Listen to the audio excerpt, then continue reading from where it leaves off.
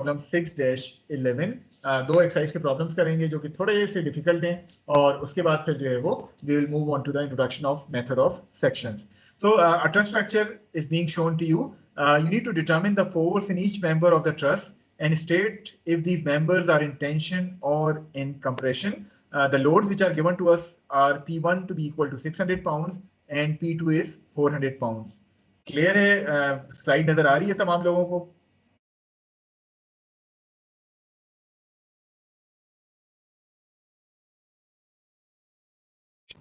Yes sir. Yes sir. चलें, सबसे पहला point, can you identify by inspection any zero force member in this truss? Sir, point B. नहीं, point B zero force member है. तो sir point B पे नहीं होगा sir zero? Point B पे क्या जीरो होगा? कौन सा मेंबर जीरो फोर्स मेंबर है?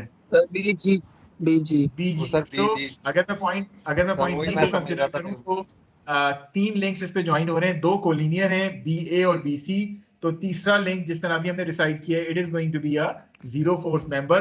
तो यहाँ मैं एफ बी जी जो है उसको as a zero force member के तौर पे लिख सकता हूँ. ठीक है. Okay, any other link which you can identify as a zero force member? DF sir. नहीं सर, उस पे तो लोड लग रहा है जी. अगर तो P2 ना होता तो फिर डेफिनेटली DF भी होता. इसके अलावा कोई नहीं. थोड़ा सा और से देखिए. पॉइंट जी भी सर, पॉइंट जी भी और एफ डी. अगर मैं जॉइंट G की फ्री बॉडी डायग्राम बनाऊं तो इस पे दो मेंबर्स लग रहे हैं, कोई एक्सटर्नल लोड नहीं है, कोई सपोर्ट रिएक्शन नहीं है G के ऊपर.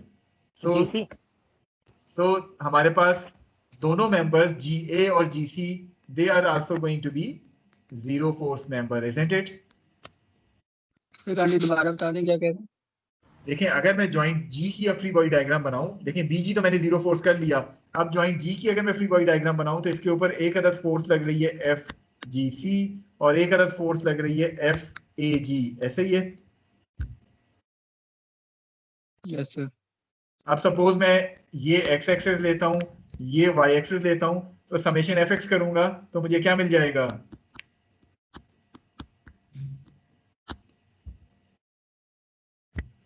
F A G equal to zero. इसी तरह समेशन एफ वाई जब मैं करूंगा तो मुझे एफ जी सी भी जीरो के बराबर मिल जाएगा. इट मींस के आपके पास एक other zero force member B G है, एक अदर जीरो फोर्स मेंबर जो है वो ए जी है, और तीसरा जीरो फोर्स मेंबर आपके पास एफ जी सी है. ठीक है, यहाँ तक क्लियर है? देखो, आई होप ये जीरो फोर्स अब तमाम लोगों को क्लियर है.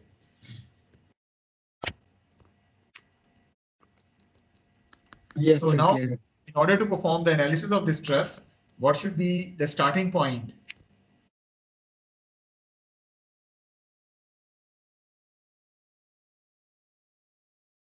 सर सी कर लो. हाँ, बी कर लो सर. सर ए करना है. यार, करने के बजाय जरा गौर से देख के बताएं कहाँ से हमें शुरू करना चाहिए. Sir B.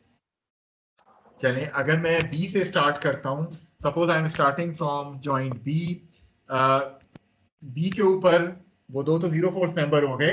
इट मींस कि आपके पास एक चीज तो क्लियर है कि एफ बी ए जो है that should be equal to F B C. ऐसे ही है.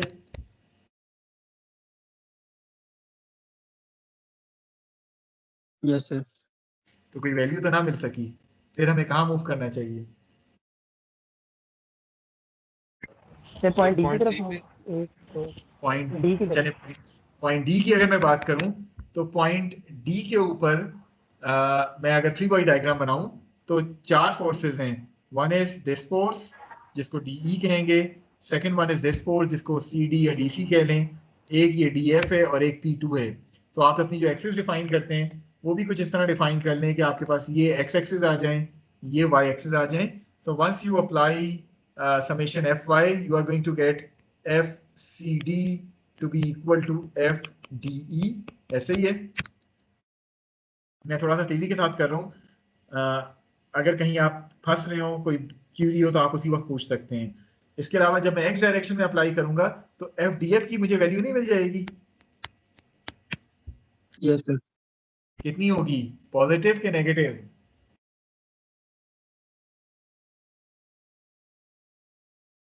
Sir negative. नेगेटिव हो जाएगी। इट मींस कि मैंने डीएफ को अगर टेंशन में सपोज किया हुआ है तो मैं अपनी अजम्पशन को रिवर्स करके कंप्रेशन कर दूंगा। ठीक है, सो एफ डी एफ मुझे मिल गई। अब क्या मैं जॉइंट एफ के ऊपर मूव कर सकता हूँ? Yes sir. तो जॉइंट एफ के ऊपर अब मैं मूव कर जाऊंगा। थोड़ा सा आगे सोल्यूशन हुआ हुआ है, साथ साथ उसके चलते हैं। तो जॉइंट एफ पे जब मैं मूव करूंगा तो जॉइंट एफ की जो फ्री बॉडी डायग्राम है वो क्या कहती है? एफ एफ ई जो है वो अननोन है, इसको मैं यहाँ अननोन फोर्स के तौर पे लिखूंगा। What about F F C? वो भी अननोन है, उसको भी मैंने सपोज कर लिया टेंशन में। डीएफ मैं निकाल चुका हूं कि कंप्रेशन में मेरे पास आएगी, तो डीएफ को मैं उसकी करेक्ट डायरेक्शन में शो कर लूंगा। Now I need the angles as well. ऐसे ही है,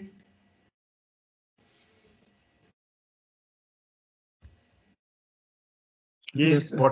बॉटम पे जो फिगर शो की गई है ये थीटा फाई आप आइडेंटिफाई कर सकते हैं कैसे आए?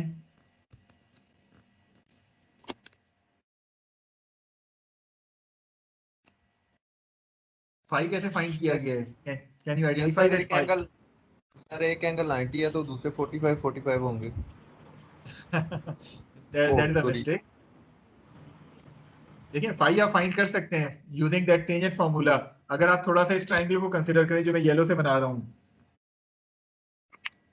ये येलो ट्रायंगल नजर आ रहा है हर एक को?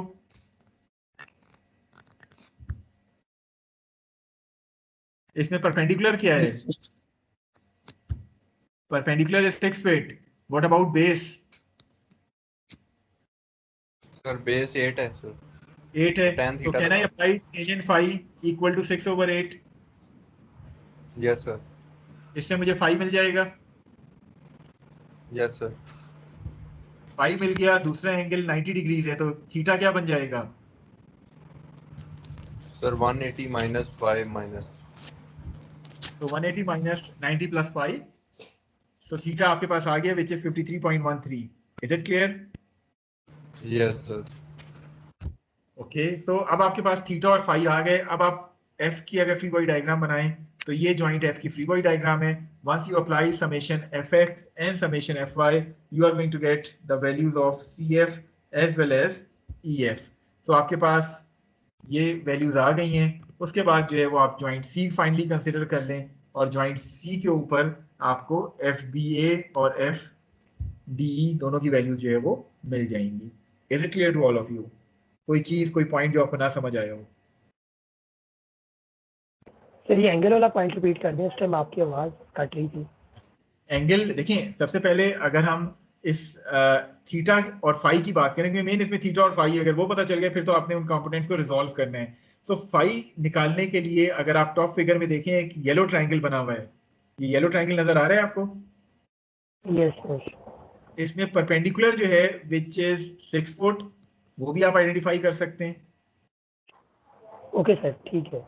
जो बेस है वो 8 फुट है, सो फाई हो जाता है 10 phi is perpendicular over base, तो 6/8। तो फाई आपके पास 10 इनवर्स 6/8 आ गया।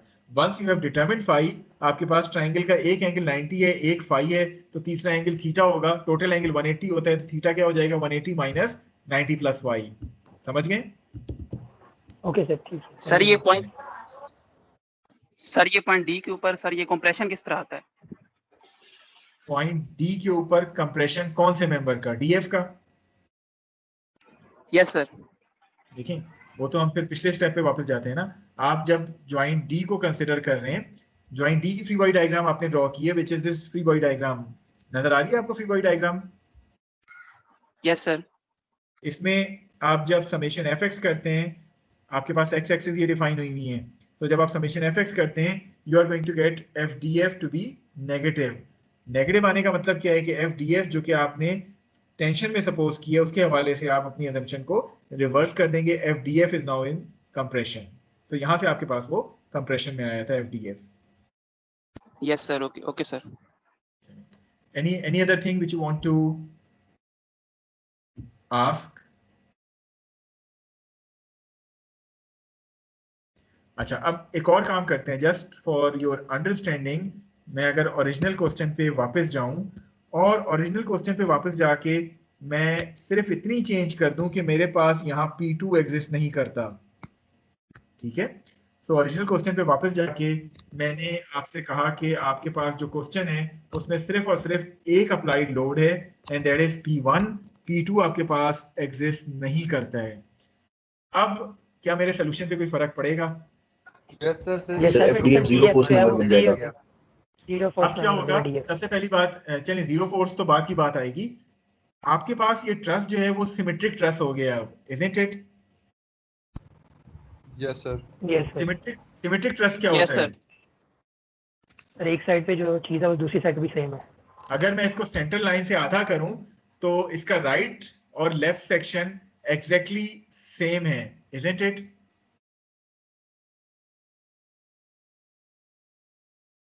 Yes, sir.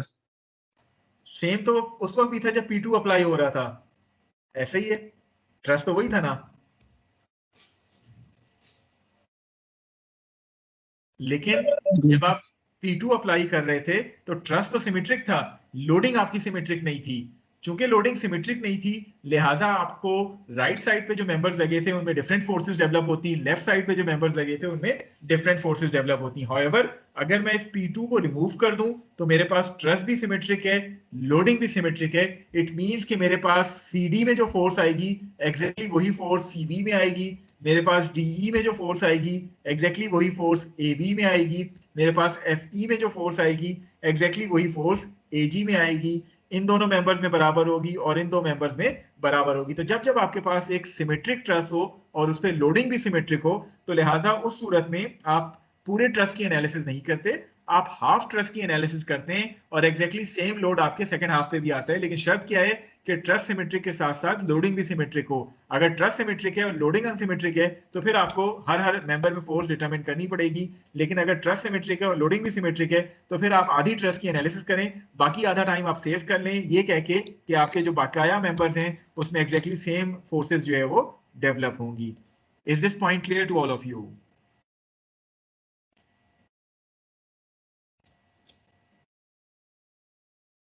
yes, sir.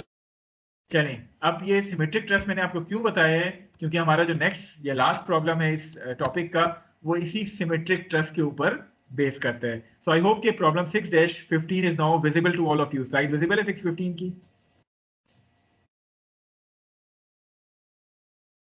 जी सर विजिबल है।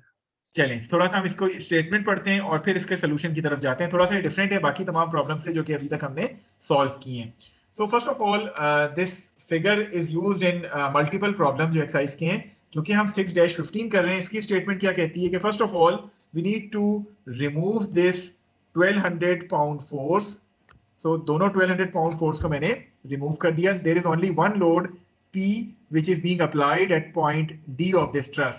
So we need to remove the 1200 pound forces and we need to determine the greatest force P that can be applied to this truss structure such that none of the members are subjected to a force exceeding 200 pounds in tension or 1500 pounds in compression. अब इसमें हमने individual member में force find नहीं करनी, rather आपने वो greatest load P find करना है कि आप वो क्या लोड P के तौर पे अप्लाई करेंगे जॉइंट D के ऊपर सच दैट जिनमें से कोई भी मेंबर ट्रस्ट का अगर वो टेंशन में है तो उसमें से 2000 पाउंड्स की वैल्यू एक्सीड ना करे और अगर वो कंप्रेशन में है तो उसमें 1500 पाउंड्स से ज्यादा की वैल्यू एक्सीड ना हो रही हो। Is the question clear to all of you?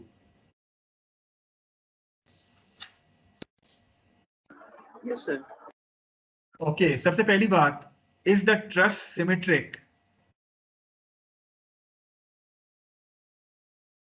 Yes sir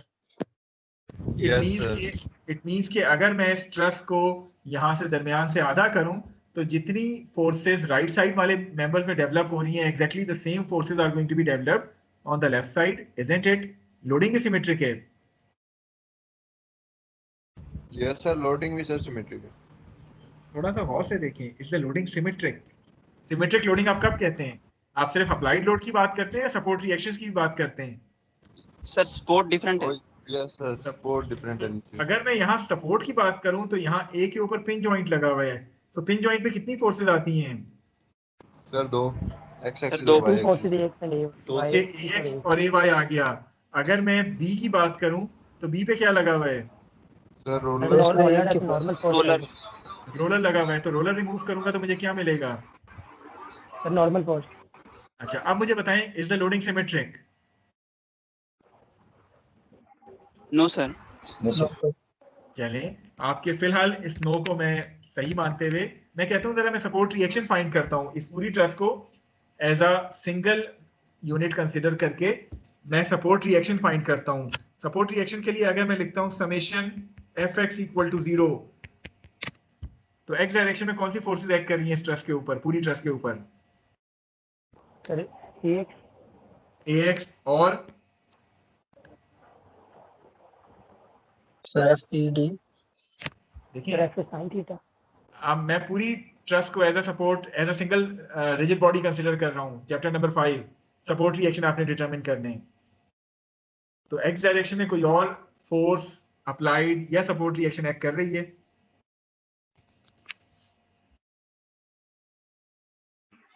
access में कोई नहीं है सर। कोई स्पोर्ट नहीं रिएक्शन एक्ट कर का रही। इट मींस कि मैं लिख सकता हूं ax to be equal to 0, ऐसे ही है, इजंट इट? Yes sir. तो जब ax 0 आया, अब बताएं लोडिंग सिमेट्रिक है? Yes sir. ठीक है, तो it is a symmetric trust, although bye inspection मैं देख रहा हूं कि लोडिंग सिमेट्रिक मुझे नजर नहीं आ रही थी क्योंकि ax भी आ रहा था, but once I have determined that support reaction ax comes out to be 0। It means कि मेरे पास लोडिंग भी अब सिमेट्रिक हो गई है। Is this point clear to all of you? Yes. अब मैं बजाय पूरी ट्रस्ट की एनालिसिस करने के मैं इसके हाफ पोर्शन की एनालिसिस करूंगा और बाकी हाफ पे मैं कहूंगा कि वही फोर्सेस जो है वो रिपीट हो रही हैं। ये पॉइंट भी क्लियर है हर एक को? सर ये नहीं समझ आया सर। क्या मुझे बता दें कि आप एग्जैक्टली क्या नहीं समझ आया ताकि मैं वो एक्सप्लेन कर दूं?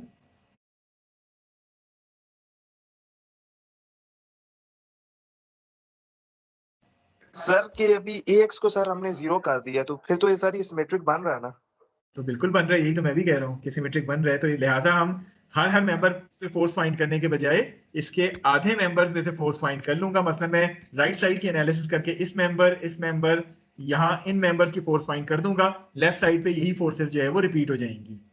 ठीक है, तो अगर मुझे 1 घंटा लगना था तो अब मुझे सॉल्व करने में आधा घंटा लगेगा क्योंकि बाकी आधा टाइम मैं सेव कर लूंगा ये कह के कि ट्रस्ट भी सिमेट्रिक है, लोडिंग भी सिमेट्रिक है, लिहाजा डीई में एग्जैक्टली वही फोर्स होगी जो डीसी में है, इसी तरह सीबी में एग्जैक्टली वही फोर्स होगी जो ईए में है, और इसी तरह बाकी मेंबर्स को भी मैं रिपीट करता रहूंगा।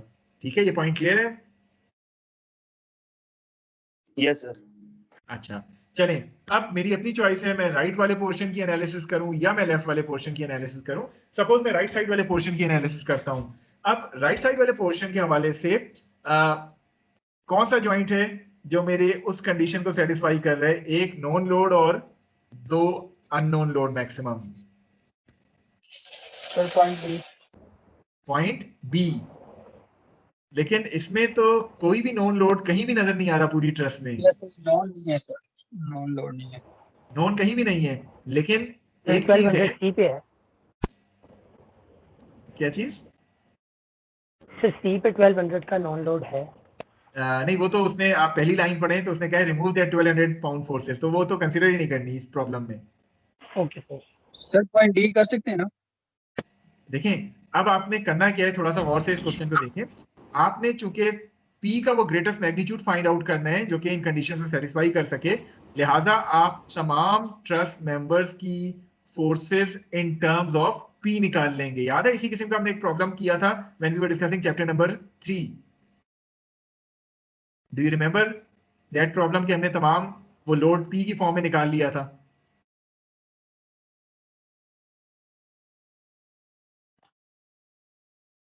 जी, कुछ याद आया है?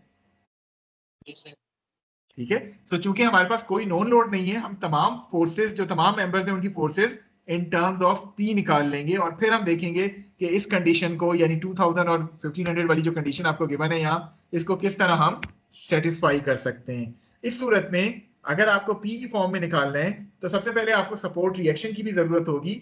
सपोर्ट रिएक्शन के लिए आप पूरी ट्रस्ट को कंसिडर करें और आप summation M A equal to 0 apply कर लें, यानी आप तमाम मोमेंट जो है वो अबाउट पॉइंट ए लें, तो बी वाई का मोमेंट अबाउट पॉइंट ए क्या बनता है? सर परपेंडिकुलर डिस्टेंस सर इसका बनता है 16। और clockwise counter clockwise? Sir counter clock में सर। काउंटर क्लॉकवाइज आ गया। What about the moment due to this load P, इसका परपेंडिकुलर डिस्टेंस कितना है? सर 8 है और ये क्लॉकवाइज हो जाएगा सर। ठीक है, तो ये आपके पास माइनस आ गया। ए वाई कोई मोमेंट बनाएगा पॉइंट ए के अबाउट? नो सर ये पास कर रहा है सर पॉइंट ए। पास कर रहे हैं, तो इससे बी वाई आपको क्या मिलेगा?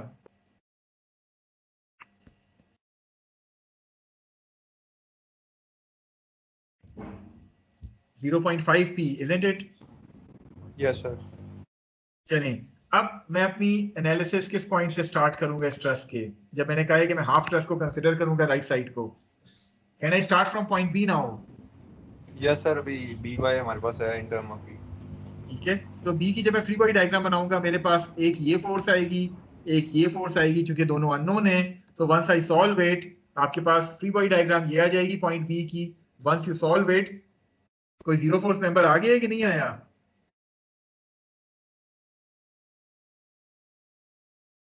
सर आ गया सर एफ बी जी।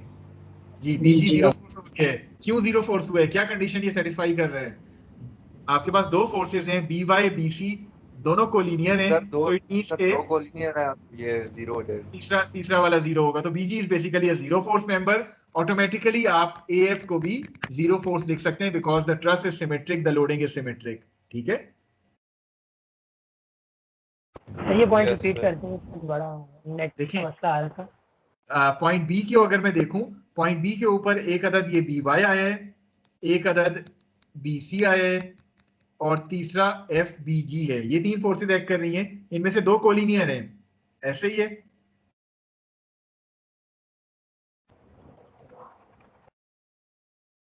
तो अगर दो कोलिनियर है, तो तीसरा वाला, हमारी जो इंस्पेक्शन हमने वो की थी ट्रसेस की जीरो फोर्स के हवाले से, तीसरा वाला आपका जीरो फोर्स मेंबर होगा, लिहाजा BG is going to be a zero force member. और चूंकि बीजी जीरो फोर्स मेंबर है, तो सिमेट्रिक ट्रस, सिमेट्रिक लोडिंग होने की वजह से एएफ भी आपके पास जीरो फोर्स मेंबर होगा। ठीक है, ओके सर। तो अब आपके पास एफ बी सी आ गई, विच इज -0.5p। यहां तक क्लियर है समेशन एफ आई अप्लाई करके?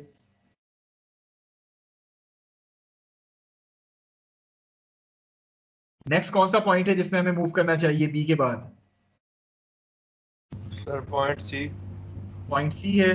तो पॉइंट सी की जब मैं फ्री बॉडी डायग्राम बनाता हूं, तो पॉइंट सी की फ्री बॉडी डायग्राम बनाने से मुझे एफ सी जी की वैल्यू मिल जाती है, विच इज 0.707, और एफ सी डी की वैल्यू मिल जाती है, विच इज 0.5। इट मीन्स कि मुझे ये भी मिल गई, और सी डी की वैल्यू मिल गई, और सी जी की वैल्यू मिल गई। फर्दर मैं नेक्स्ट किस पॉइंट को कंसिडर करूंगा?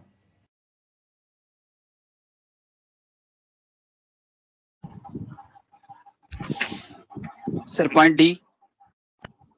पॉइंट डी को भी कर सकता हूं, और पॉइंट डी को वैसे कर सकता हूं। पॉइंट डी के ऊपर कितनी अननोन है?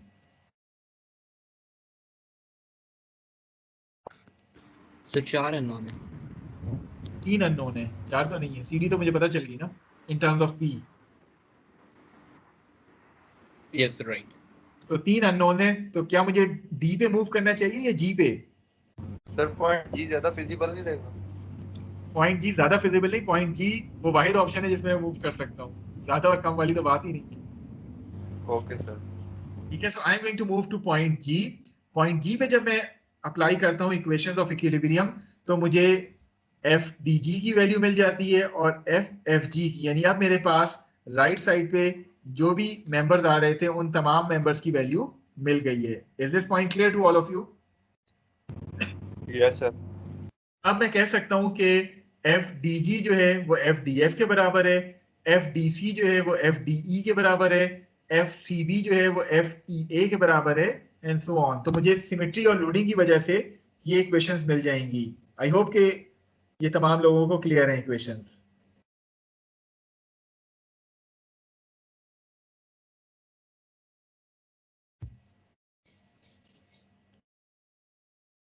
ठीक है,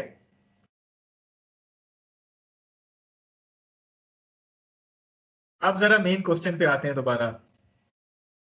यहां तक सबको पॉइंट क्लियर है ना कि हमने तमाम फोर्सेस को इन टर्म्स ऑफ पी कैसे निकाला है?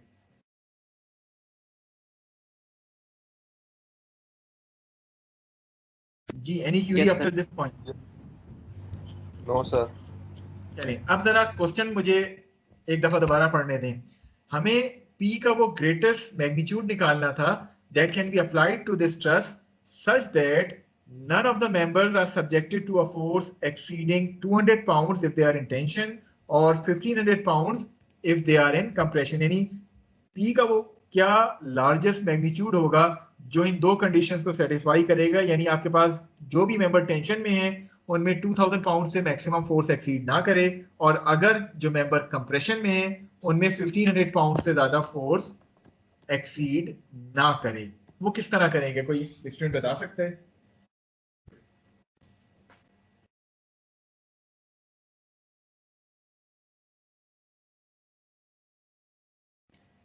इन फोर्सेस की वैल्यू देख के मुझे बताएं कौन सा मेंबर जो है वो मैक्सिमम टेंशन में है। FFG. FFG. So FFG is basically in maximum tensile force, is developing maximum tensile force. What about the maximum compressive force? वो किस मेंबर में आ रही है? मैक्सिमम कंप्रेसिव फोर्स किस में आ रही So है? DG. DG. DG.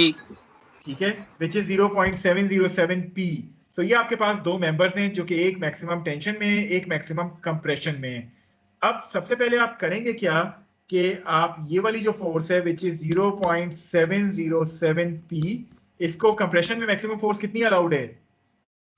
1500. 1500। इसको आपने 1500 के बराबर पुट कर दिया, ठीक Yes, है? sir. इससे P की वैल्यू आपके पास क्या आई?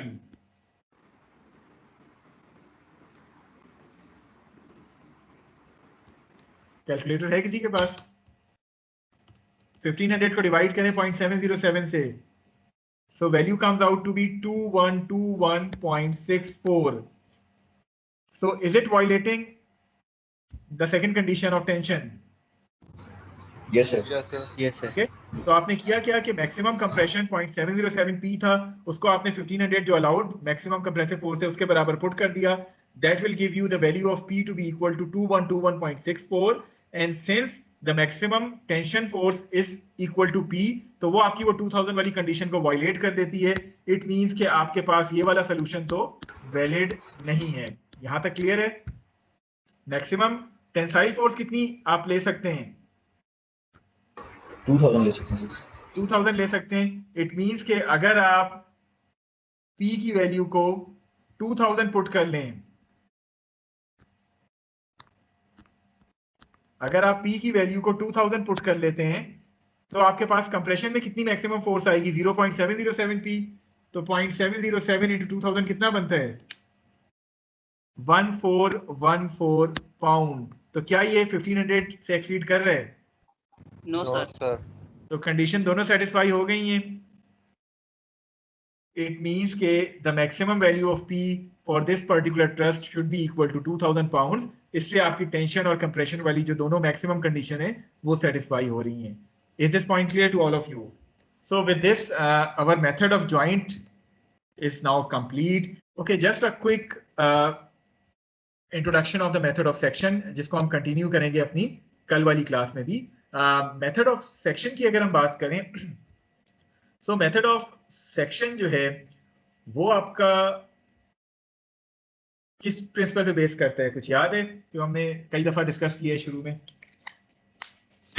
रिजिड बॉडी पे। जी, equilibrium of a Trust rigid को as body rigid body. In 2 dimensions. क्योंकि आपकी ट्रस 2 डायमेंशन में ही है, प्लेनर ट्रस है, लोडिंग भी प्लेनर है, तो आप 2 डायमेंशन वाली इक्विलिब्रियम जो कंडीशंस हैं चैप्टर नंबर 5 की, उनको इस्तेमाल कर सकते हैं for using the method of section. Can any one of you repeat कि वो क्या कंडीशंस या इक्वेशंस थी जो कि हमने इस टॉपिक में पढ़ी थी 2 डायमेंशन इक्विलिब्रियम में? कौन सी 3 इक्वेशंस थी जिनको हम इस्तेमाल करते थे? सर एक मूवमेंट और 2 फोर्सेस, या 2 मूवमेंट और 1 फोर्स भी हो सकती थी कुछ।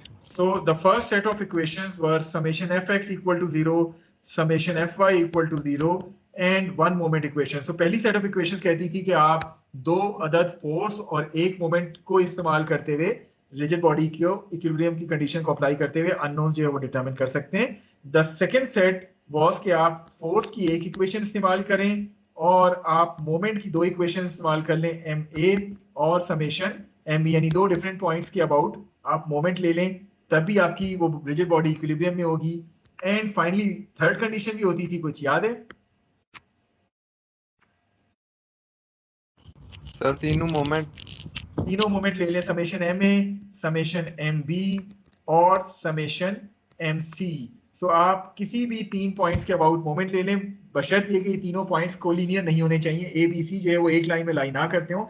तो इन तीनों में से कोई सी भी सेट ऑफ इक्वेशंस आप यूज कर सकते थे for such a rigid body which is in equilibrium. तो चूंकि आपका मेथड ऑफ सेक्शन भी इसी रिजिड बॉडी इक्विलिब्रियम के ऊपर बेस करता है, तो जिस रिजिड बॉडी की भी आप एनालिसिस कर रहे हैं मेथड ऑफ सेक्शन के जरिए, आप इन तीनों में से कोई सा भी एक सेट जो है वो इस्तेमाल कर सकते हैं for performing the analysis of this rigid body using the method of section. यहां तक क्लियर है एक को?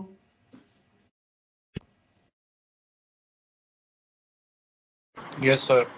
अब किन सोल्यूशन या किन प्रॉब्लम में आपको मेथड ऑफ जॉइंट यूज करना है, किन में आपने मेथड ऑफ सेक्शन यूज करना है? जब आपको कंप्लीट ट्रस्ट की एनालिसिस के लिए कहा जाए, कंप्लीट ट्रस्ट से क्या मुराद है कि हर मेंबर में आपने फोर्स डिटरमिन करनी है उस ट्रस्ट के, तो then you are going to use the method of joints. इसके मुकाबले में अगर आपसे कहा जाए कि you need to determine the force in only few members of the truss rather than the complete truss, यानी आपसे कहा जाए कि आप फलाना 2 या 3 मेंबर से डिटरमिन कर लें फोर्सेस, कंप्लीट ट्रस्ट की एनालिसिस ना करें, तो उस सूरत में आप मेथड ऑफ सेक्शन का इस्तेमाल करते हैं। सो अगर कंप्लीट ट्रस्ट की एनालिसिस करनी है, मेथड ऑफ जॉइंट यूज करते हैं। अगर कुछ स्पेसिफिक मेंबर्स में फोर्सेस फाइंड करनी है, तो फिर हम मेथड्स ऑफ सेक्शन का इस्तेमाल करते हैं।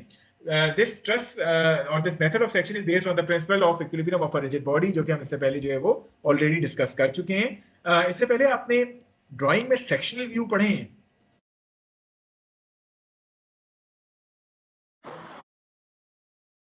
क्या होते हैं सेक्शनल व्यू?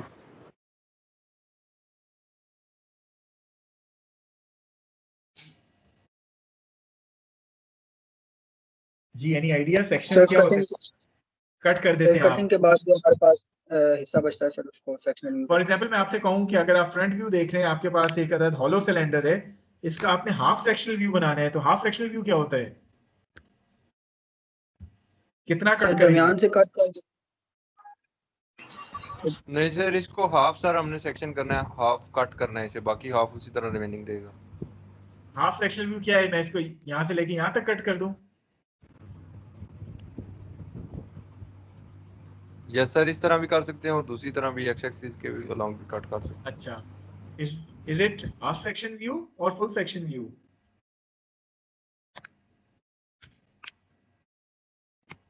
हाफ सेक्शन में आप बेसिकली 1/4 या क्वार्टर उसका कट करते हैं। जो फुल सेक्शन है उसमें आप उसको हाफ में सेक्शन करते हैं या हाफ कट करते हैं। ठीक है, तो ये तो आई होप के इंजीनियरिंग ड्राइंग में आपने पढ़ा होगा।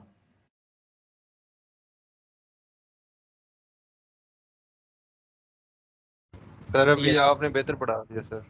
चले तो अच्छा, अब ये पढ़ाने की वजह क्या है कि आप अपनी उस ट्रस्ट की जिसको आपने एनालिसिस करनी हो using the method of sections, उसको कट करते हैं।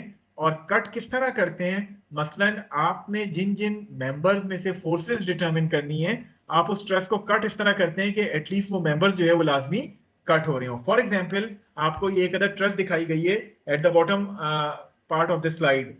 अगर मैं आपसे कहूं कि आपने BC, CG और GF ये 3 मेंबर्स में से फोर्स फाइंड करनी है, तो आपने इस ट्रस्ट को ऐसे कट करना होगा कि ये तीनों मेंबर जिसमें से आपने फोर्स डिटरमिन करनी हो वो लाजमी कट हो रहे हों।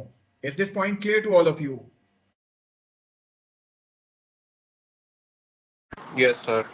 इसी तरह अगर मैं आपसे कहता हूं कि आपने CD, FD और FE में से फोर्सेस फाइंड करनी है, सो लाजमी है कि फिर आप ट्रस्ट को यहां से कट करें ताकि वो 3 मेंबर्स जिनमें आपने फोर्सेस डिटरमिन करनी है वो लाजमी आपके पास कट हो रहे हों। क्लियर है? जी सर। इसी तरह अगर मैं आपसे कहूं आपने BA और AG में फोर्सेस डिटरमिन करनी है, तो फिर आप ट्रस्ट को इस जगह से कट कर देंगे। तो कंक्लूजन क्या है कि जिस मेंबर में से आपने फोर्सेस डिटरमिन करनी हो, आप ट्रस्ट को उस तरह कट करेंगे कि वो मेंबर्स लाजमी कट में आ रहे हों। अब आपके पास इक्वेशंस इक्विलिब्रियम की कितनी थी जो अभी हमने देखी थी? सर 3। तो इट मींस के कितने अननोन आप उन 3 इक्वेशंस को यूज करते हुए डिटरमिन कर सकते हैं? Sir maximum 3। Maximum 3। It means के एक वक्त में जब आपने ट्रस्ट को कट करना है तो इस तरह कट करना है कि 3 से ज्यादा मेंबर्स कट ना हो रहे हो। फॉर एग्जांपल अगर मैं इस ट्रस्ट को यहां से कट कर दूं तो अब जरा देखिए कितने मेंबर्स कट हो रहे हैं? सर 5 हो रहे हैं कट। 5 मेंबर्स कट हो रहे हैं। तो 5 मेंबर्स अगर कट हो रहे हैं तो इट मींस के जब आप इस ट्रस्ट को इक्विलिब्रियम में लेंगे तो आपको 5 अननोन फोर्सेस मिलेंगी जो कि 3 इक्वेशंस के साथ डिटरमिन नहीं की जा सकती। लिहाजा सेक्शन बनाते हुए आपने इस बात का ख्याल रखना है कि एक वक्त में 3 से ज्यादा मेंबर्स जिनमें फोर्सेस अननोन है वो आपके कट ना हो रहे हो। आपने इस तरह ट्रस्ट को कट करना है। तो यहाँ अभी हम रुक जाते हैं। निकल वाली जो क्लास है उसमें हम इसी पॉइंट से स्टार्ट करेंगे जिसमें हम इसी ट्रस्ट को यूज करते हुए इसकी मेथड ऑफ सेक्शंस के साथ एनालिसिस करेंगे। Is it clear to all of you?